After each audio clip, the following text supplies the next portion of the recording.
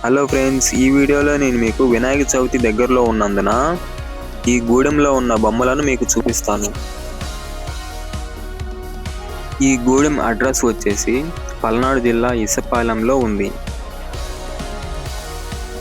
ఈ గూడెంలో ఉన్న బొమ్మలు ఆల్మోస్ట్ 90% అయితే కంప్లీట్ అయిపోయినాయి.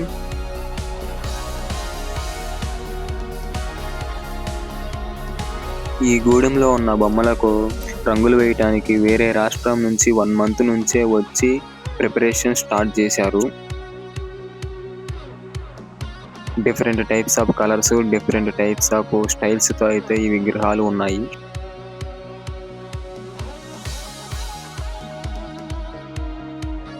ఈ విగ్రహాలను ఇక్కడ హైట్ల వారీగా అయితే అమర్చారు. వినాయక చవితి పండుగ జరుపుకోవటానికి ముఖ్య ఉద్దేశం ఆ రోజున వినాయకుని జన్మదిన సందర్భంగా పండుగ జరుపుకుంటారు.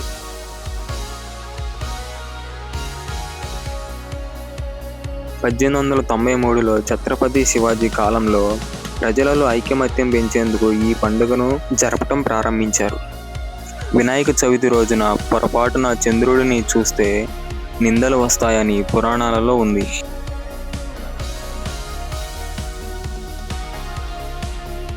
అందరికీ అడ్వాన్స్ వినాయక చవితి శుభాకాంక్షలు. ఈ వీడియో నచ్చినట్లయితే షేర్ చేయండి, సబ్స్క్రైబ్ చేయండి. Thanks for watching.